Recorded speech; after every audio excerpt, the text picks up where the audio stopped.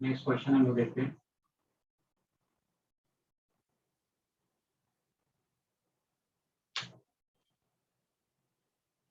देखो क्या है, ये एक स्ट्रेट पाथ है,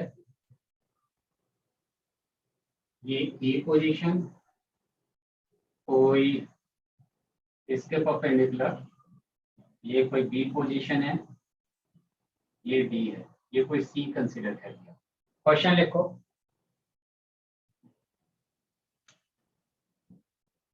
from point A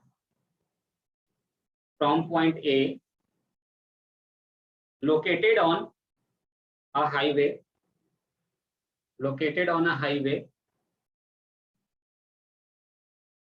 one has to get by car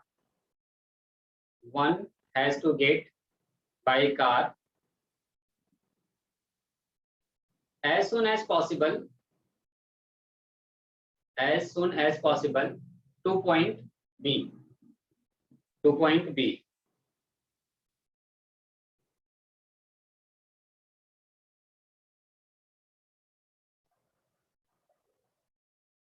Located in a field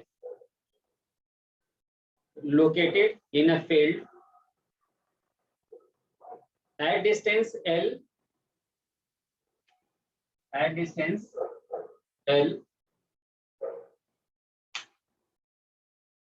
from the highway,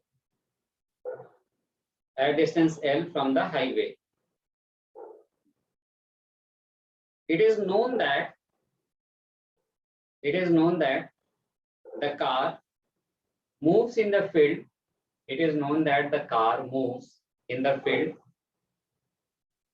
eta times slower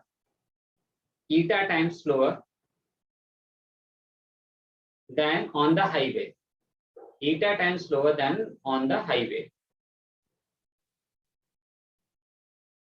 At what distance from point D, ये point D, at what distance from point D one must turn off the highway, means क्या है, अगर question समझा के देते हैं, ये एक हाईवे है राइट, और इसके परपेंडिकुलर सेपरेशन पे एक कोई पॉइंट बी है which is at a distance of L. ये कोई व्हीकल है, ए पॉइंट पे है अभी राइट, अब वो डी से कितना पहले, अभी वो ए पॉइंट पे है राइट, डी से कितना पहले वो टर्न हो जाए, बी पॉइंट की तरफ जाने लगे ताकि वो मिनिमम टाइम में वहां पे पहुंचे। जल्दी ट्राई करो।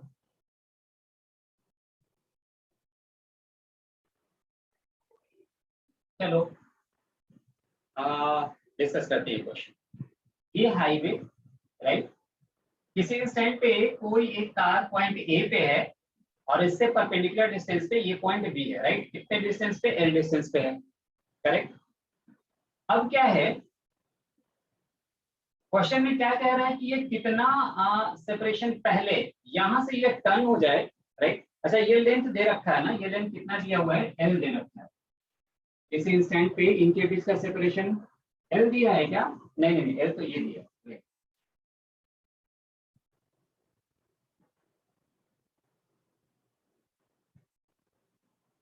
सपोज करो यहां से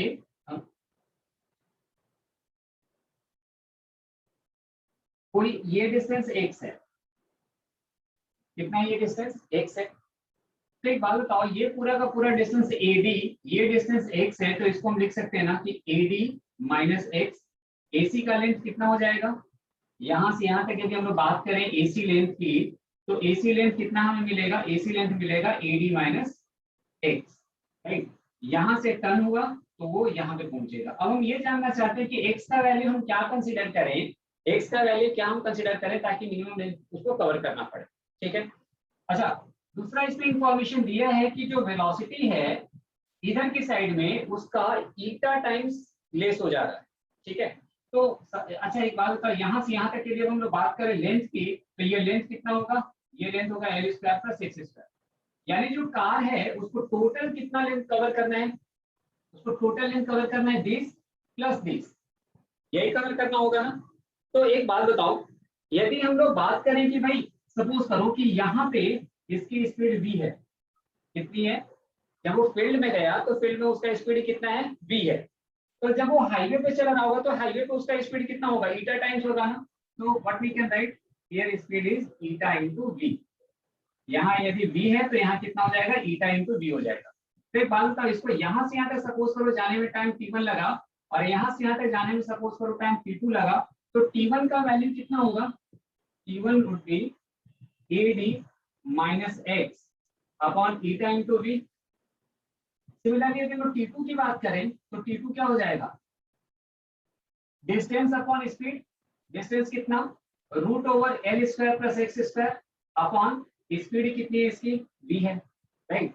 तो टोटल टाइम की यदि हम बात करें तो टोटल टाइम कितना है, t1 प्लस t2, यानी कितना मिल गया हमें, ad minus X upon eta into v मिला, plus root over L square plus X square upon v, this is what total time. ठीक है, अब हम क्या चाहते हैं कि x का वैल्यू हमें ये चीज फाइंड आउट करना है ना कि x का वो वैल्यू कंसीडर करें ताकि वो मिनिमम हो। अब यहाँ पे देखो जो टाइम है वो किस पे डिपेंडेंट है, x पे। x के पर्टिकुलर टाइम, x के पर एक पर्टिकुलर वैल्यू के लिए p का वैल्यू क्या होगा, मिनिमम होगा। तो अब क्या करें, dt बाई dx ये मिल गया। तो अब देखो इसको डिफरेंशिएट करेंगे तो ad का डिफरेंशिएशन तो 0 हो जाएगा क्योंकि ये कांस्टेंट है, कांस्टेंट का डिफरेंशिएशन क्या होता है, 0।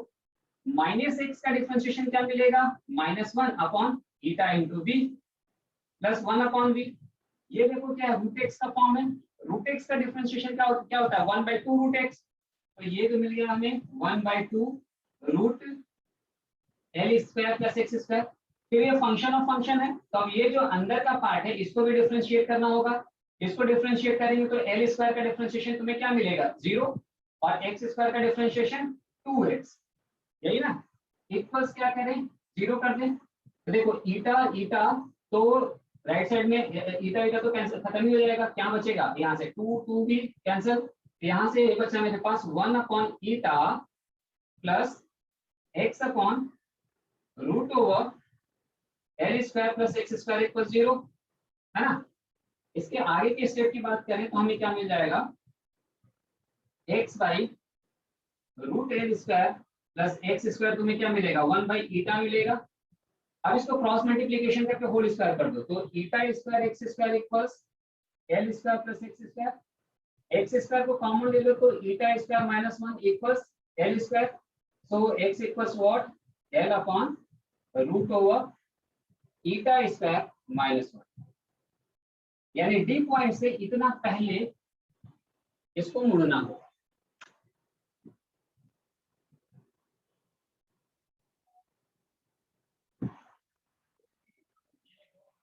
दो कार है ए और बी, राइट। एक ये है ए और इसके परपेंडिकुलर सेपरेशन पे there is another car that is B. किसी इंस्टेंट पे ये जो इनका इंटरसेक्शन पॉइंट है ओ, यहाँ से ये 500 मीटर के डिस्टेंस पे है और ये 400 मीटर के डिस्टेंस पे है। ठीक है, क्वेश्चन लिखो, two roads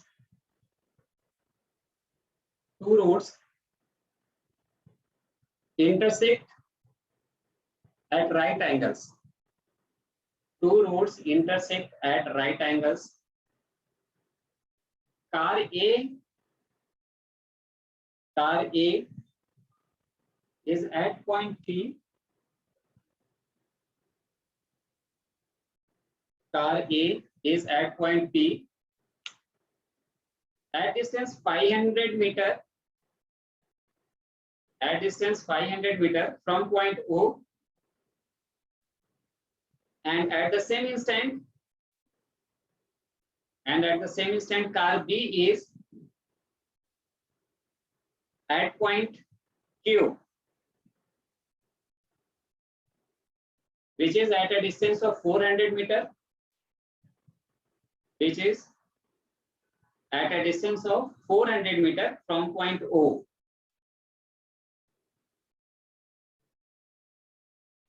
Car A and B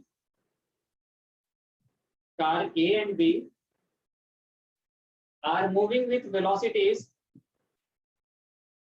Car A and B are moving with velocities 20 metre per second, 20 metre per second and 15 metre per second respectively.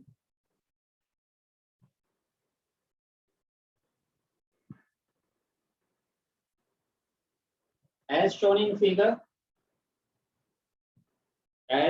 figure, find the minimum distance. Find the minimum distance between them. Find the minimum distance between them. Try करो.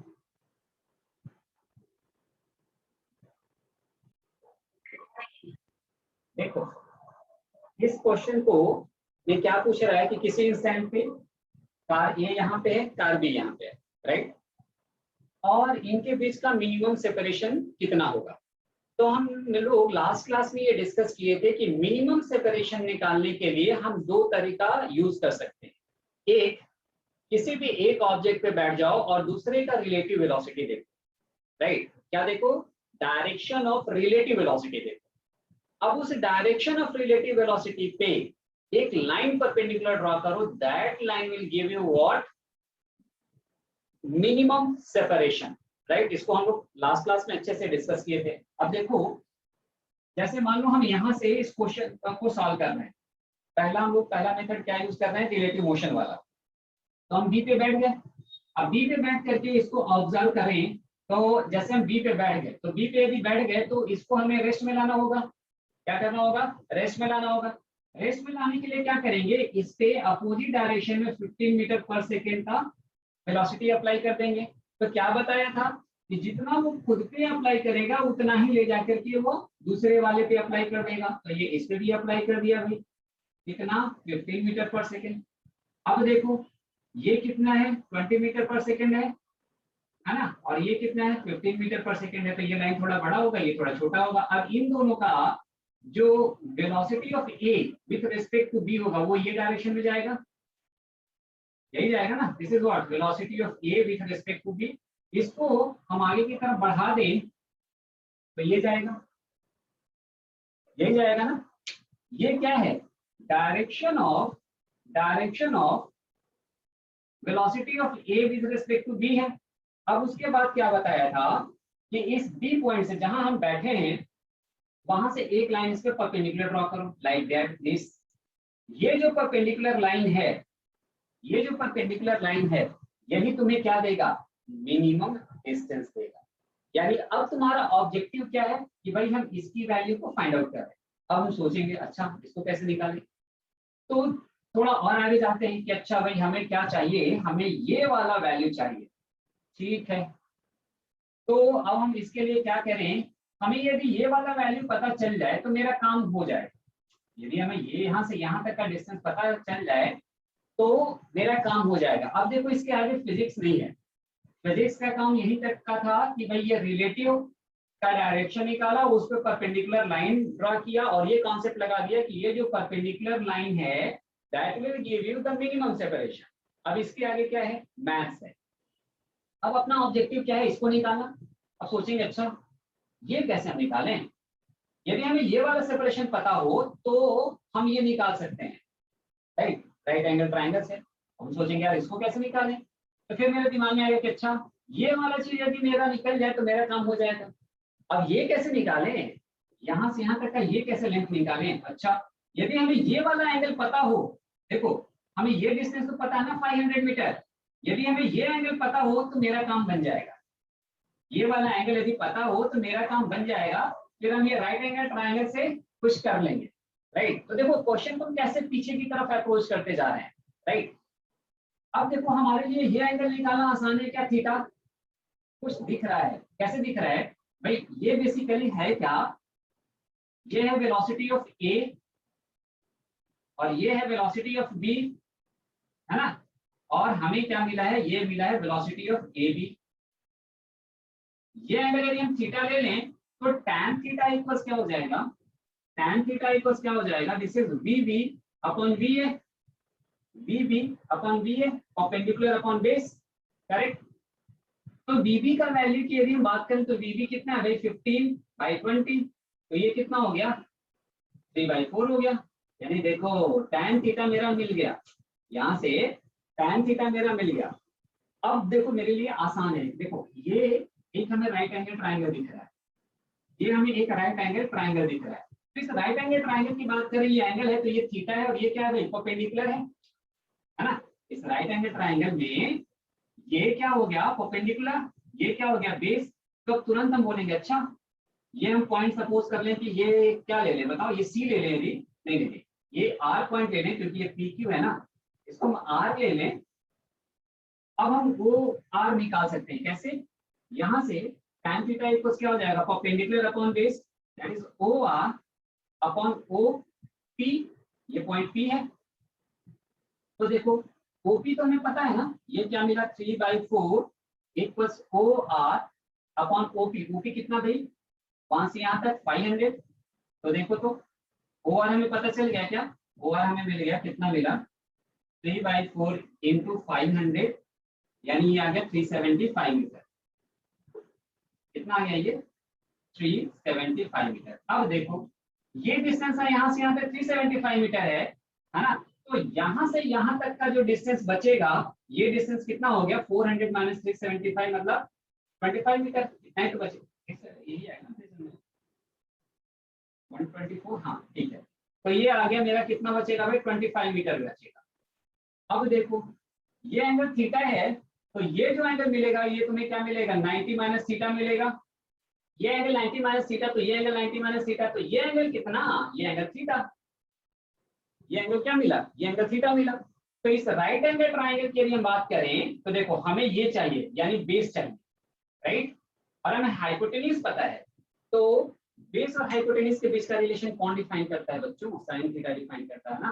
तो sine theta equals, sine theta equals कितना हो जाएगा, 25 upon base, ये कोई point ले ले, क्या ले ले, एस ले लेते हैं, तो एस बी, और हमें एस बी का वैल्यू निकालना है। अब देखो tan थीटा मालूम, तो साइन थीटा तो निकल जाएगा यहाँ से, कैसे निकलेगा, देखो इस राइट एंगल ट्राइंगल में ये 3 ये 4, तो ये क्या हो जाएगा, 5 हो जाएगा।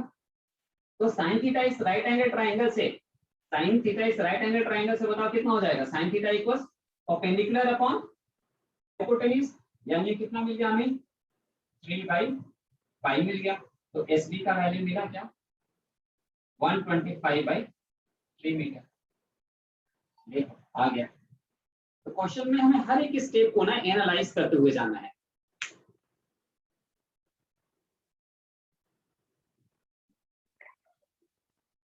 देखो सेम क्वेश्चन को हम लोग दूसरे तरीके से सॉल्व करें। ए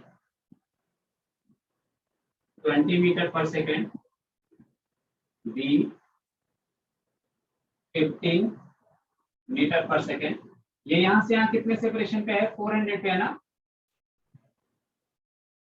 500 पे, ये 500 मीटर पे और ये 400 मीटर पे, है ना। अब देखो क्या कह रहा है कि कितना इनके बीच का मिनिमम सेपरेशन क्या होगा। तो दूसरा हम लोग मैथमेटिकल अप्रोच लगाएं। सपोज करो किसी टाइम टी पे, क्या बोला, किसी टाइम टी पे सपोज करो तो उनके बीच का सेपरेशन मिनिमम है। तो देखो टी टाइम में ये कितना डिस्टेंस आगे चलेगा, ये चलेगा 20t। तो यहाँ से अच्छा सेम टाइम टी पे ये कितना डिस्टेंस आगे चलेगा, ये चलेगा 15 इंटू टी, है ना, कितना चलेगा, 15 इंटू टी चलेगा। अब देखो इनके बीच का, उस इंस्टेंट पे इनके बीच का जो सेपरेशन है ये क्या होगा, यहाँ से यहाँ तक का वैल्यू 500 माइनस 20t, और ये जो यहाँ से यहाँ तक का सेपरेशन है ये तुम्हें क्या मिलेगा, 400 माइनस 15t मिलेगा। तो इनके बीच का आप देखो जो डिस्टेंस है वो ये है।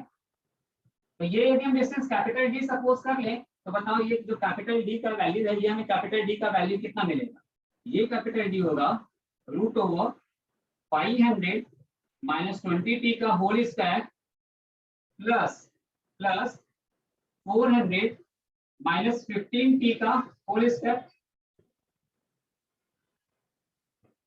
है ना। एक मिनट, ये बैटरी कैसे लो नहीं लगा,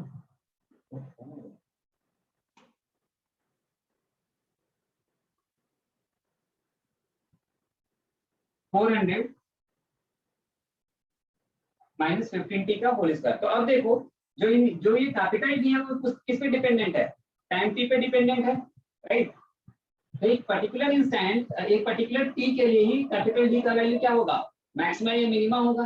तो अब क्या करें, डी को टी के रेस्पेक्ट में डिफरेंशिएट करो, तो देखो क्या मिलेगा, ये पूरा का पूरा रूट एक्स, ये जो फॉर्म है ये तुम्हें फॉर्म कौन सा दिख रहा है, रूट एक्स का फॉर्म दिख रहा होगा।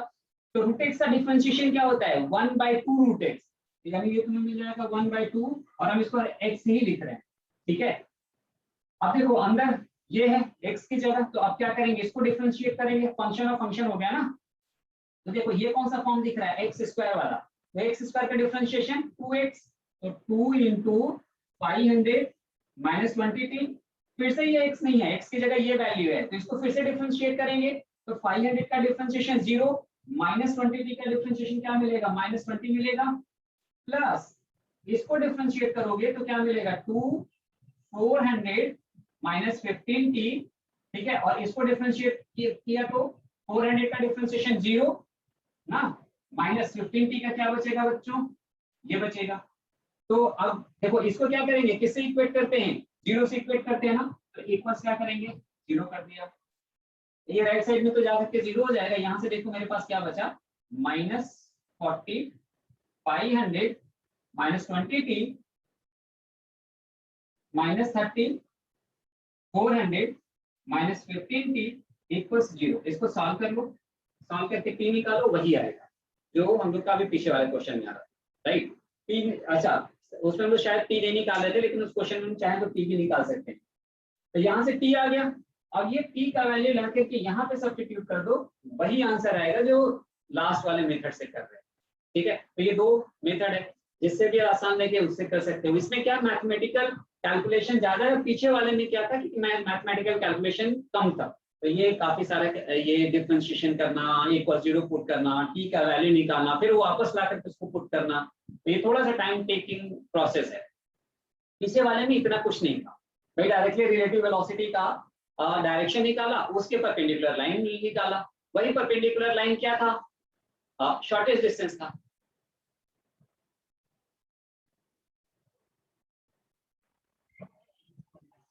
देखो क्वेश्चंस तुम्हें कैसे करना है जैसे तुम्हें मैक्सिमम बेनिफिट मिले।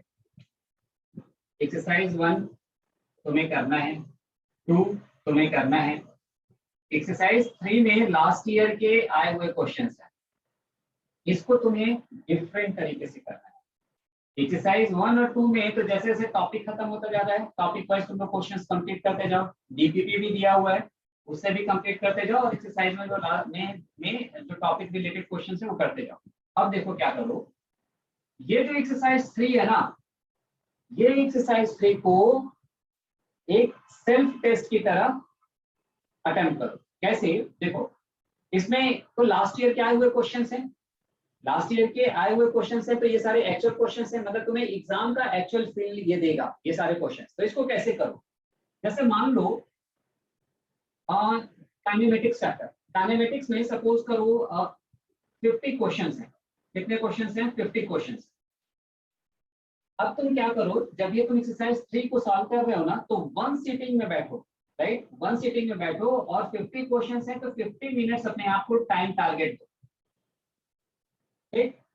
उस ड्यूरेशन में अब तुम्हारे पास क्या क्या होगा, एक तुम्हारा बुकलेट होगा, राइट, और तुम्हारे पास एक रफ कॉपी होगा, बाकी इसको छोड़ करके तुम्हारे पास दूसरा कुछ भी नहीं होना चाहिए, ठीक है। अब जब तुम क्वेश्चन सॉल्व करना चालू करोगे ना, अब ये तुम जब क्वेश्चन सॉल्व करना चालू करोगे ना, क्वेश्चन नंबर 2 3 में तुम्हें कुछ क्वेश्चन ऐसे लगेंगे, अरे यार फॉर्मूला भूल रहे हैं, फॉर्मूला भूल रहे हैं, ये फॉर्मूला याद आ जाए ना तो मेरा काम हो जाएगा, राइट। अब जब तुम्हें इतना मेंटल प्रेशर आएगा ना, तुम क्या करोगे, तुरंत कॉपी खोल करके पलटना चालू करोगे या बुकलेट निकाल करके देखना चालू कर दोगे, अरे यार ये फॉर्मूला क्या था, ऐसा नहीं कर।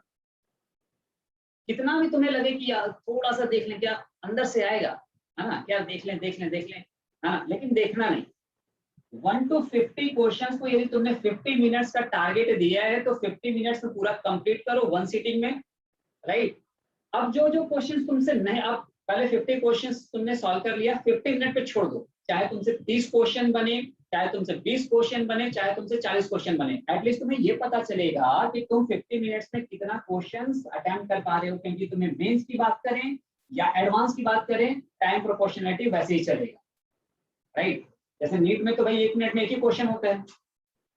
एडवांस की बात जेईई मेंस की बात करें तो वहां पे टाइम ऑलमोस्ट डबल हो जाता है, लेकिन वो क्वेश्चन का स्टैंडर्ड भी तो थोड़ा बड़ा हो जाता है ना, राइट। तो कोशिश ये करो कि ये 50 मिनट्स, क्योंकि ये सारे 1 मिनट वाले ही क्वेश्चंस उसमें दिए हुए हैं, तो अब तुम 50 मिनट्स पे ये बिल्कुल स्टॉप करो, देखो कितने तुमने क्वेश्चंस किया। मान लो किसी बच्चे ने 30 क्वेश्चन ही सॉल्व कर पाया, तो 20 क्वेश्चन बचा है ना। अब फिर से तुम अपने आप को टारगेट दो कि अब तुम देखो, अब तुम घड़ी सेट मत करो, लेकिन तुम 20 को ही उसी सीटिंग में बैठ करके कंप्लीट करोगे। ये नहीं कि एक बार कंप्लीट किया और उसके बाद उठ गए, ऐसा नहीं करोगे।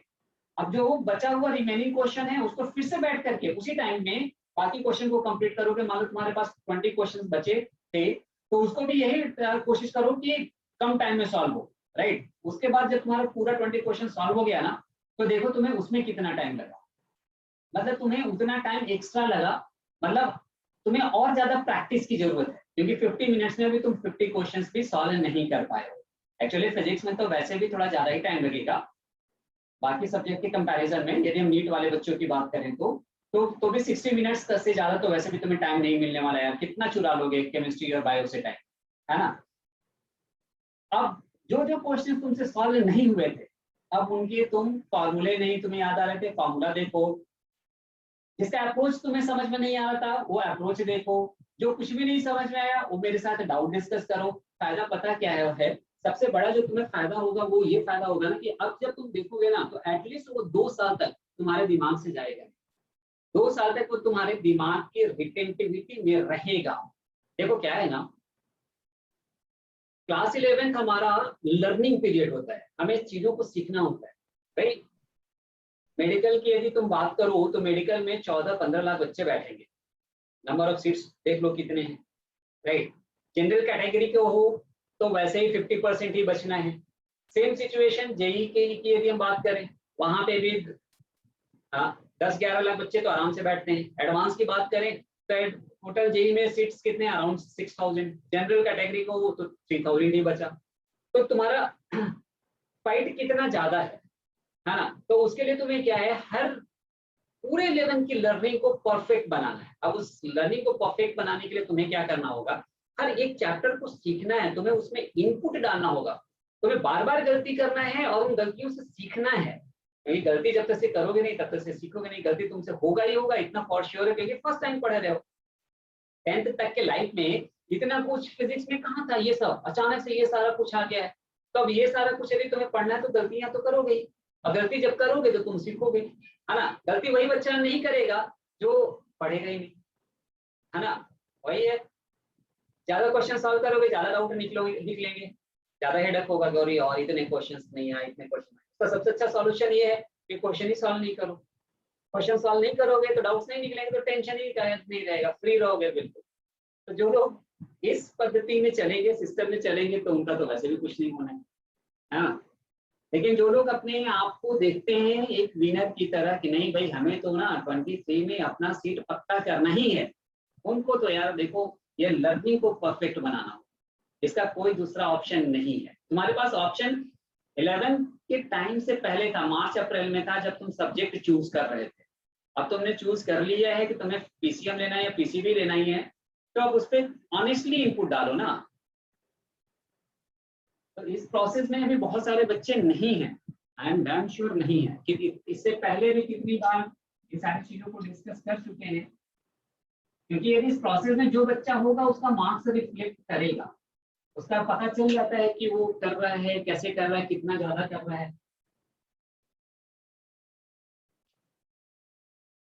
लोग प्रोसेस में आओ, क्वेश्चन लिखो next.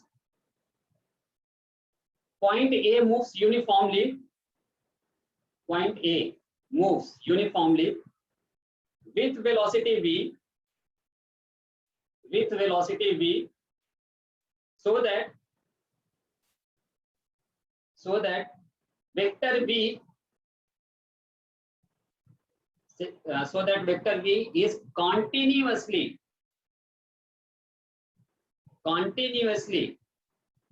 aimed at point b, aimed at point b। Basically है क्या, एक बार क्वेश्चन भी समझा देते हैं तुम लोगों को। एक ए यहाँ पे है, बी यहाँ पे है। बचपन में चोर सिपाही पकड़ना मारने वाला गेम ये सब खेले हो गए ना। तो जैसे यहाँ पे कोई सामने खड़ा है ना और इधर की तरफ हम खड़े हैं, राइट, हमें उसको पकड़ना है। यदि पकड़ने के लिए जाएंगे तो वो खड़ा तो रहेगा नहीं, वो भी भागेगा। मान लो उसके पास सिर्फ एक ही ऑप्शन है कि वो सीधा भाग सकता है, राइट। अभी वो मेरे बिल्कुल सामने, वो सामने, राइट। तो अभी जब हम उसको पकड़ने के लिए दौड़ेंगे तो ये यूं दौड़ेंगे, लेकिन जैसे ही वो दौड़ेगा वो उधर की तरफ भागेगा, तो हम क्या करेंगे, वो यूं इसको ऐसे ही हम अपना ट्रैक चेंज करते जाएंगे, मतलब कोई कर्व पाथ को हम फॉलो करेंगे। बचपन में ये सारा गेम खेलते समय ये दिमाग कभी नहीं आया होगा कि आगे चल करके ये सब पढ़ना भी पड़ेगा, लेकिन देखो फिजिक्स में सारा कुछ पढ़ना पड़ रहा है, फाइंड करना पड़ रहा है रादर, वो भी पूरे डिफरेंशिएशन इंटीग्रेशन क्या क्या लगा करके continuously at point B, which in its turn moves rectilinearly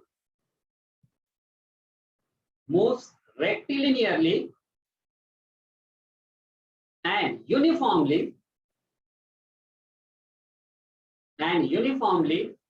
with velocity u। यानी ये जा रहा है, ये किससे जा रहा है, ये u से भागा और ये b से। इनिशियली ऐसे ही रहा होगा सिचुएशन, है ना।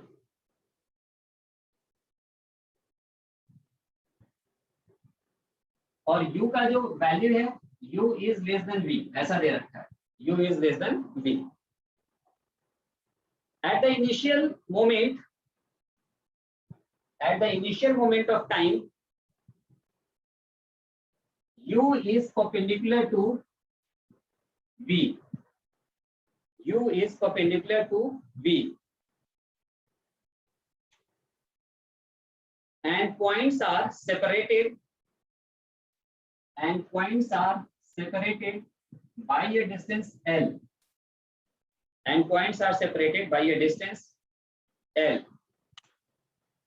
How soon B will be caught by A, और इसको लिख सकते हो दूसरी लैंग्वेज में, how soon they will converge, मतलब कहां पे जाकर के मिल जाए।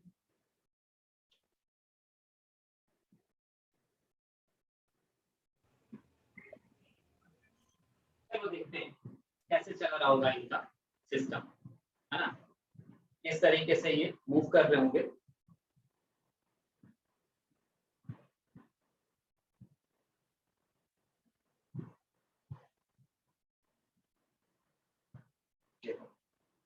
ये किसी स्टैंड पे, अभी ये यहाँ पे है तो ये इसको ऐसे फोकस कर रहा है, ये यहाँ पे है, ये कहीं यहाँ पर आ गया होगा, तो ये कहीं ऐसे किसी पाथ पे जा रहा होगा, ऐसे ये तो सीधा ही भाग रहा है, लेकिन ये बी सॉरी ए किसी पाथ पे ऐसे कर्व पाथ को फॉलो कर, यही बहुत थोड़ा और आगे चले जाना ओलंपियाड लेवल में तो ये भी बोल सकता है कि भाई ये जो पाथ बना ना, इस बात का इक्वेशन भी बताओ तो क्या होगा, लेकिन हमें इतना डिटेल में नहीं जाना, यहाँ तक मेरा पहुंच गया। अब देखो सर, यहाँ पे सपोज करो ये वेलोसिटी इसकी भी, इसको हम आगे की तरफ बढ़ा दें,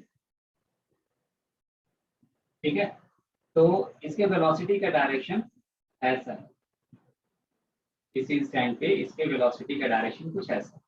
सपोज करो ये जो है ना, ये कुछ एंगल अल्फा बना रहा है, कितना एंगल बना रहा है, अल्फा एंगल बना, राइट।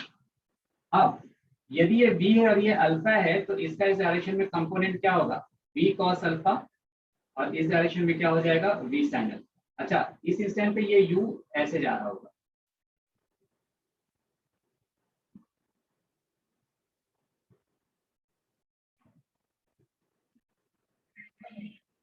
अब देखो ये जब इस पॉइंट पे है, किसी यहाँ पे पहुंचा है ना, इसी पॉइंट P पे, और ये कहाँ पे है, Q पॉइंट पे, तो देखो इनके बीच का सेपरेशन, ये सेपरेशन, ये तो देखो क्या है, ये स्ट्रेट लाइन है ना, तो इनके बीच का कोई सेपरेशन है, सपोज करो इसी इंस्टेंट टी पे उनके बीच का सेपरेशन एस है। Let at time T separation is S. कितना सेपरेशन उनके बीच का भाई? एस सेपरेशन है, ठीक है।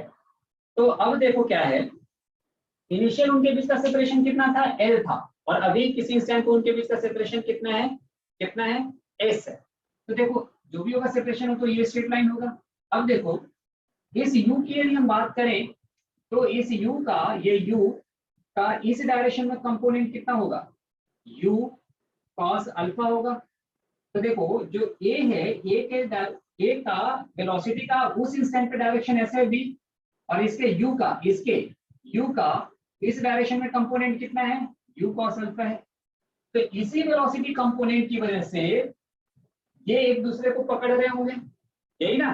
तो इनका यदि हम रिलेटिव वेलोसिटी लिखें तो वो रिलेटिव वेलोसिटी क्या मिलेगा? v minus you cos alpha मिलेगा।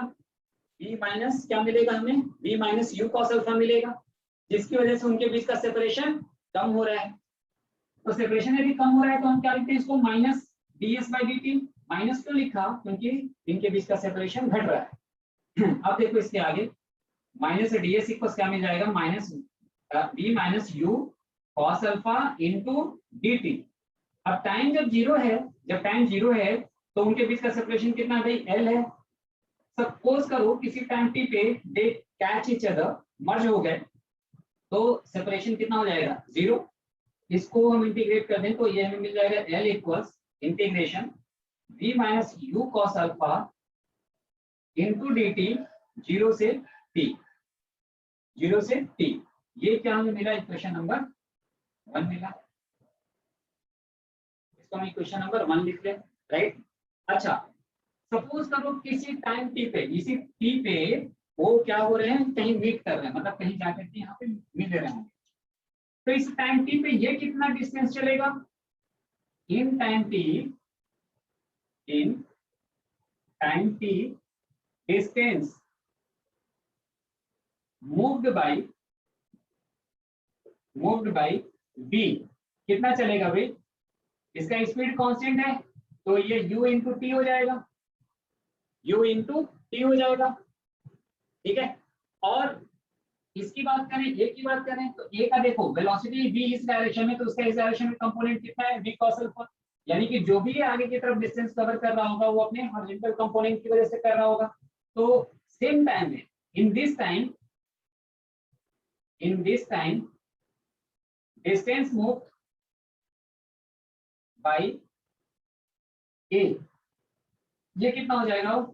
ये हो जाएगा integration v cos alpha into क्या? dt, जीरो से t।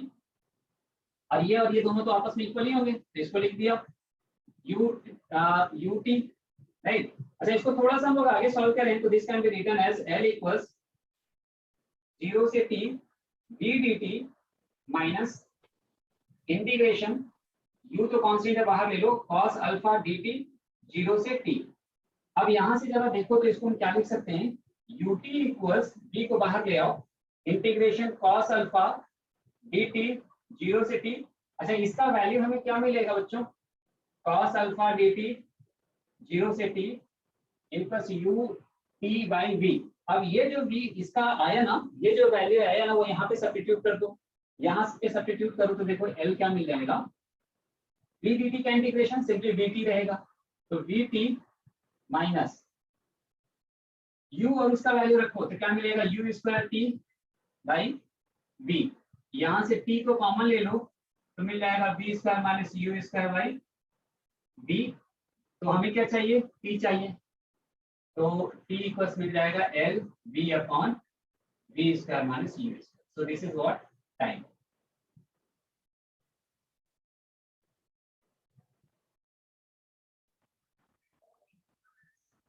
अब देखो रिलेटिव मोशन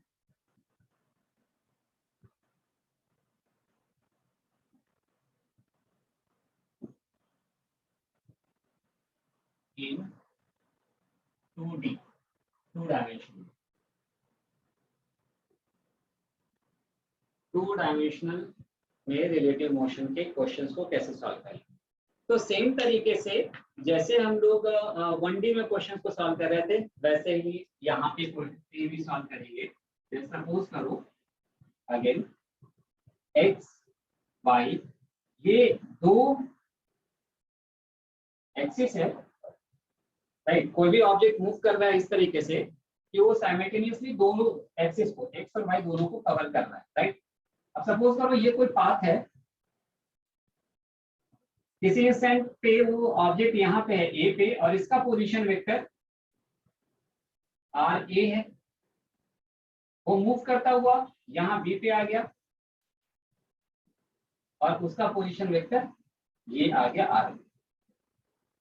ठीक, तो एक बात बताओ, जब वो a से b पर आया तो इसका चेंज इन पोजीशन वेक्टर क्या हो जाएगा, ये हो जाएगा position vector of b with respect to a। ठीक है, तो R B A vector equal क्या हो जाएगा, R B minus R A vector हो जाएगा। ठीक है, अब जब ये ऑब्जेक्ट ए और बी इस पाथ पे मूव कर रहे हैं तो ऑब्वियसली इनका टाइम जो रेट में चेंज आएगा वो इसका वेलोसिटी देगा, यानी क्या हम लिख सकते हैं velocity of B with respect to A, this will give you velocity of B minus velocity of A, right. मान लो वेलोसिटी भी चेंज करने लगे तो एक्सेलरेशन आ जाएगा, तो एक्सेलरेशन को कैसे लिख सकते हैं, acceleration of b with respect to a equals ab minus a। Generally two dimension में एक्सेलरेशन से क्वेश्चंस नहीं होते, बट यदि कभी ऐसा हुआ तो उसको भी देख लेंगे, है ना। ज्यादातर हमारे पास क्वेश्चन इससे ही बेस्ड, राइट। लिख लिया इसको,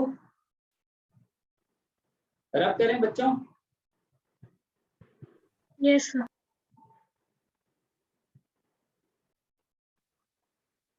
क्वेश्चन लिखो, आकार A moving due east, a car A moving due east with speed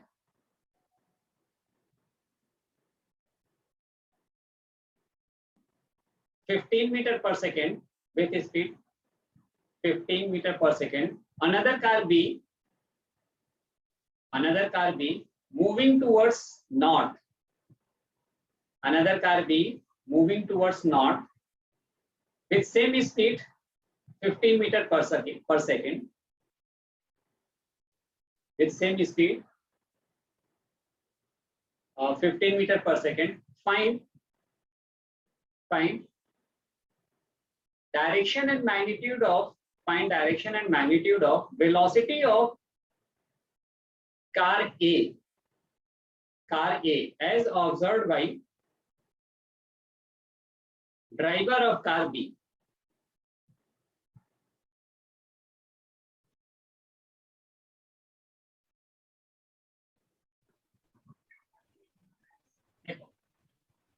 क्या कह रहे हैं इस क्वेश्चन में, दो कार ए ऐसे मूव कर रहा है 15 मीटर पर सेकंड से, और कोई कार बी है, this is moving towards north with speed 15 metre per second. अब ये कह रहा है कि find velocity magnitude and direction of car A as observed by driver of car B, right. यानी हमें क्या कह रहा निकालने को, वेलोसिटी ऑफ ए कह रहा निकालने को, किसके रेस्पेक्ट में, बी के रेस्पेक्ट में। तो क्या लिख देंगे, बी ए माइनस बी बी। अब देखो, जब हम लोग स्टार्ट में पढ़ रहे थे तो उस टाइम में बताया था ना कि ऐसे क्वेश्चन को, रिलेटिव मोशन के क्वेश्चन को दो तरीके से सॉल्व कर सकते हैं। एक तो बताया था कि वेक्टर फॉर्म में लिख लो, वहां से हम लोग सॉल्व कर सकते हैं। तो यदि हम लोग वेक्टर फॉर्म में इसको लिखें तो velocity of A can be written as 15 I cap metre per second, और वेलोसिटी ऑफ बी यदि हम लिखें तो ये क्या मिलेगा, 15 J cap metre per second. तो ये मेरा एक्स एक्सिस और ये मेरा वाई एक्सिस, ये पॉजिटिव वाई एक्सिस की तरफ जा रहे हैं, तो यहाँ पे रख दो। तो बी ए बी क्या मिल जाएगा, 15 I cap minus 15 J cap, ये मिल गया। अब इसका मैग्नीट्यूड निकाल सकते हैं, मैग्नीट्यूड कितना हो जाएगा, रूट ओवर 15 का स्क्वायर प्लस माइनस 15 का स्क्वायर यानी कितना आ गया 15√2 मीटर पर सेकेंड, है ना। तो यदि हम VAB को देखें तो VAB का हमें दो चीज दिख रहा है, एक तो 15 कैप दिख रहा है, मतलब ऐसे 15, है ना, और ये क्या है -15J, यानी कि ये वाला कंपोनेंट ऐसे मिलेगा क्योंकि माइनस है ना, -J नेगेटिव डायरेक्शन में, यानी ये हो जाएगा। तो एक तो ये हमें मिल गया मैग्नीट्यूड, ये मिल गया किसका, इसका, दिस इज व्हाट VAB। तो इसका मैग्नीट्यूड ये मिल गया, डायरेक्शन यदि निकालना चाहे तो डायरेक्शन में निकाल सकते हैं, tan थीटा, है ना, ये जो रिजल्टेंट है ये इसके साथ कुछ एंगल बना रहा होगा थीटा, यही तो होगा ना। तो ये हम निकाल सकते हैं, ये कितना हो जाएगा -15/15, सो दिस इज व्हाट -1, यानी थीटा इक्वल्स कितना आ जाएगा, थीटा इक्वल्स, यदि हम केवल मैग्नीट्यूड की को कंसीडर कर लें तो हमें क्या मिल जाएगा 1, यानी थीटा क्या मिल जाएगा 45 डिग्री। इसका मतलब क्या है कि यदि हम इस पे बैठ जाएं और इसको हम देख रहे हैं तो हमें ये फील होगा कि ये मेरी तरफ ऐसे आ रहा है, कितने स्पीड से 15√2 मीटर पर सेकेंड से, और ये हॉरिजॉन्टल से कितने एंगल पे आ रहा होगा 45 डिग्री पे आ रहा होगा। ठीक है, सेम क्वेश्चन को हम दूसरे तरीके से भी सॉल्व करके अभी देख लेते हैं। देखो, जो हम लोग वेक्टर एडिशन, वेक्टर सबट्रैक्शन सीखे थे ना, उसको भी अप्लाई करके सीख सकते हैं हम लोग, वैसे भी सॉल्व कर सकते हैं, हम लोग ऑलरेडी डिस्कस करके रखे हैं ये सारा मेथड, है ना। तो अब देखो हमें क्या निकालने को बोल रहा है, हमें निकालने को बोल रहा है velocity of A with respect to B. ये क्या आ रहा है, VA - VB आ रहा है ना। देखो फिर से लिखते हैं यहाँ पे, हमें बेसिकली क्या निकालना है, VAB निकालना है, दैट इज VA - VB। तो इसको हम लोग ऐसे भी लिख सकते हैं ना, VA + -VB, यानी हमें एक्चुअली करना क्या है, ऐड करना है, किसको किसको ऐड करना है, VA और -VB को ऐड करना है। अब देखो ये यदि ये VB है तो ये तुम्हें क्या मिलेगा, -VB मिलेगा, ये यदि VB है तो ये तुम्हें क्या मिलेगा, -VB मिलेगा, राइट। तो यानी अब हमें देखो वेक्टर समेशन किसका किसका करना है, इसका और इसका। तो पहले किसको ड्रॉ करें, पहले VA को ड्रॉ करेंगे वेक्टर एडिशन से, ये भाई VA को ड्रॉ किया, और ये क्या -VB, तो ये -VB को ड्रॉ किया। अब इन दोनों का रिजल्टेंट हमें ये मिल जाएगा। दो वेक्टर को ऐड करने का कितना मेथड, ट्रायंगल लॉ या पैरेललोग्राम लॉ। तो ये तुम्हारे ऊपर है कि तो ट्रायंगल लॉ से करना चाहते हो और पैरेललोग्राम लॉ से करना चाहते हो। हम यहाँ पे ट्रायंगल लॉ अप्लाई करनी है, ठीक है। तो देखो बिल्कुल सेम टाइप का चीज मिल गया VAB, तो जो इसके लिए कैलकुलेशन हुआ वही कैलकुलेशन इसके लिए हो जाए। तीसरा तुम ऐसे भी इसको कर सकते थे, थर्ड तुम इसको ऐसे भी कर सकते थे, कैसे, देखो A इधर जा रहा है, B इधर जा रहा है। अब क्वेश्चन में क्या कह रहा है कि A को हमें ऑब्जर्व करना है, कहां से ऑब्जर्व करना है, B से ऑब्जर्व करना है, राइट। तो हम क्या करें, B पे ही बैठ जाएं, क्या करें, B पे बैठ जाएं। अब B पे यदि बैठ जाएं तो B को हमें रेस्ट में लाना होगा, तो हमें क्या करना होगा, -15 मीटर पर सेकेंड इस पे अप्लाई करना होगा। जितना ये खुद पे अप्लाई किया उतना ही ये A पे ले जाकर के अप्लाई कर देगा। याद करो ये सारा कुछ हम लोग पहले क्लास में डिस्कस किए थे, राइट। तो ये तुम्हें क्या मिल जाएगा, रिजल्टेंट व्हाट, VAB। तो इसका भी देखो वही सारा कुछ मिल रहा है, ये भी क्या हो जाएगा, रिजल्टेंट √VA² + VB² और tan थीटा अगेन ये tan थीटा। तो बाकी सारे कैलकुलेशन सेम है। तो क्वेश्चन को तुम किसी भी इन तीनों में से किसी भी मेथड से सॉल्व करने की कोशिश करो, ऑब्वियसली आंसर तो सेम ही है, राइट। तुम्हारे कन्वीनियंट है कि कौन सा जो मेथड है वो तुम्हारे लिए ज्यादा कंफर्टेबल लग रहा है, तुम उस मेथड से इस क्वेश्चन को सॉल्व कर सकते हो, इस टाइप के question.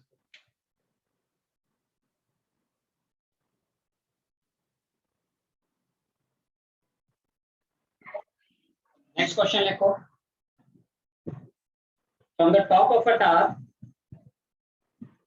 from the top of a tower, two particles are projected. From the top of a tower, two particles are projected with a speed 20 meter per second. With a speed 20 meter per second. One horizontally and another vertically upward. One horizontally and another vertically upward. Find separation between them. Find separation between them at t equals 1 second.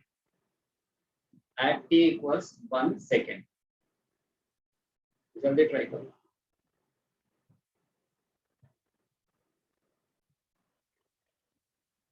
देखो क्या बोल रहा है question कि किसी तार से दो पार्टिकल प्रोजेक्ट किया, one horizontal 20 metre per second से, another vertical 20 metre per second से, राइट। अब t इक्वल्स 1 सेकंड पे कह रहा है कि इनका जो इनके बीच का सेपरेशन क्या होगा। तो देखो 1 सेकंड में इसके यदि पाथ की बात करें तो ये कुछ ऐसे जाएगा, जबकि ये यहाँ कहीं होगा। तो पहले क्या करें कि इनका x और y कोऑर्डिनेट निकाल लें। तो देखो जैसे हम पहले ये पार्टिकल a सपोज कर लो, ये पार्टिकल b है, और इसी को हम क्या कर सपोज किए ओरिजिन है मेरा 0 0, राइट। तो a की यदि हम बात करें तो एट t इक्वल्स 1 सेकंड पे ये जो a है ये तो सिर्फ वर्टिकली अपवर्ड जा रहा है, तो हम निकाल सकते हैं ना y equals u by T plus half a by T square. तो ये कितना 20 into 1 plus half into -10 into 1 का स्क्वायर, तो ये क्या मिल जाएगा 15 मीटर। अब हम b की बात करें तो b पार्टिकल कहीं यहाँ पर होगा, है ना। इसका x पोजीशन कितना होगा, x equals ux into T, so this is 20 into t, t कितना है 1 second, so this is what 20 metre. और y की बात करें तो ये इसका y, इसको हम y डैश ले ले रहे हैं, तो y डैश तुम्हें क्या मिलेगा, y डैश मिलेगा u y, वर्टिकल डायरेक्शन में तो इनिशियल स्पीड 0 है, तो ये पूरा 0 plus half into g, downward direction में कितना मिलेगा -10 इंटू 1 का square, so this is -5 metre.